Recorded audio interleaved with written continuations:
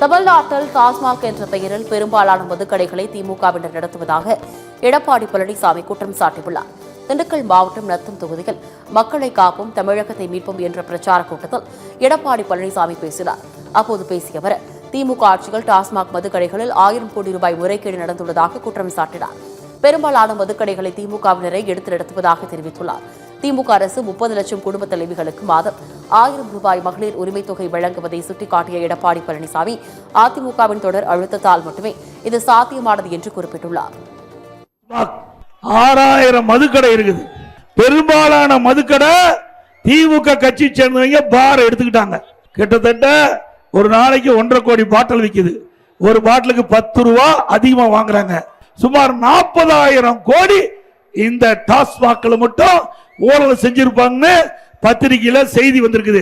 மேலும் 30 லட்சம் குடும்ப தலைவிக்கு மாதந்தோறும் 1000 ரூபாய் கொடுப்பதா சொல்லியிருக்கிறாங்க. இதுக்கு காரணம் அண்ணா திமுக கொடுத்த அழுத்தம் என்பதை நாம் எண்ணி பார்க்க வேண்டும். அவர்களா கொடுக்கல, கொடுக்க வச்சது அண்ணா திமுக கட்சி.